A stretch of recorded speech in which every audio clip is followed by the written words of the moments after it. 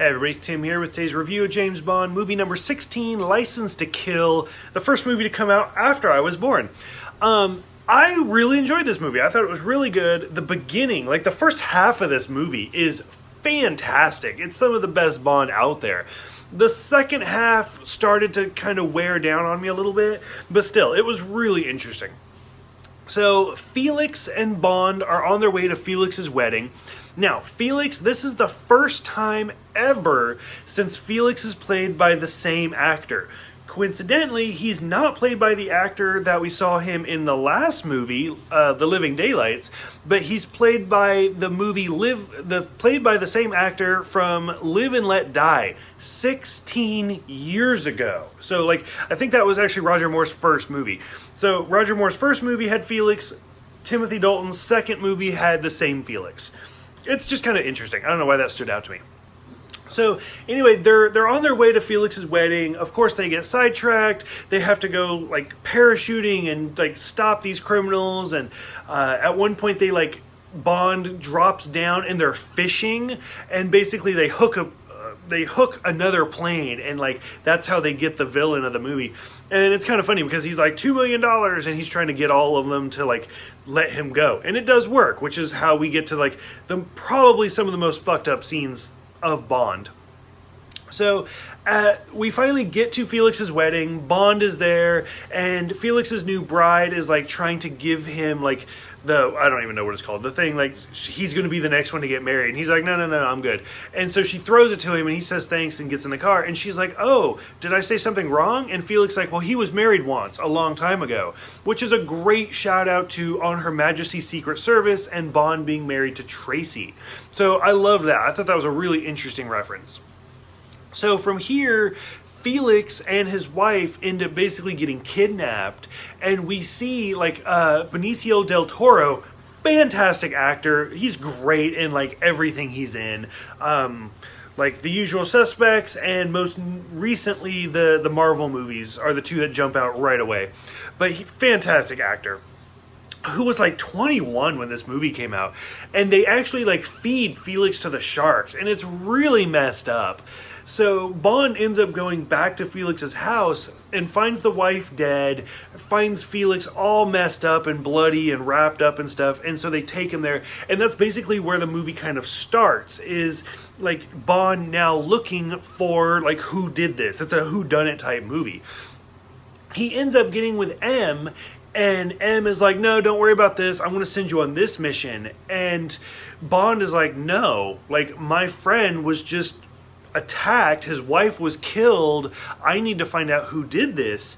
And M is no, just leave that for the Americans, we have our own stuff to do. And Bond basically quits. He ends up going rogue with his license to kill revoked and basically put on suspension.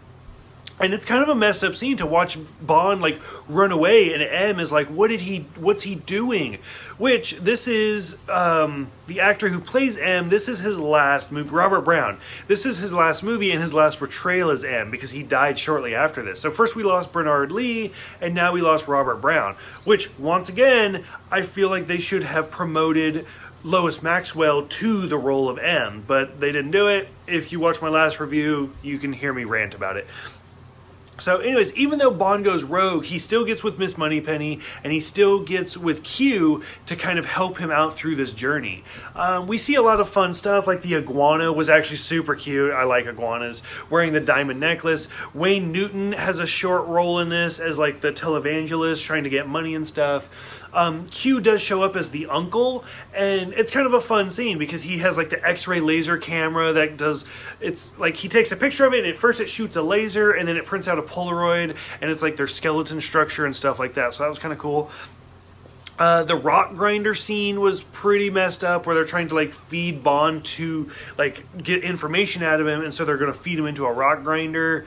I hated the scene with the semi-truck where he puts it up on two wheels. We've seen it before. I'm pretty sure Sean Connery and Roger Moore both did it. I'm over that gimmick. I can't handle it anymore.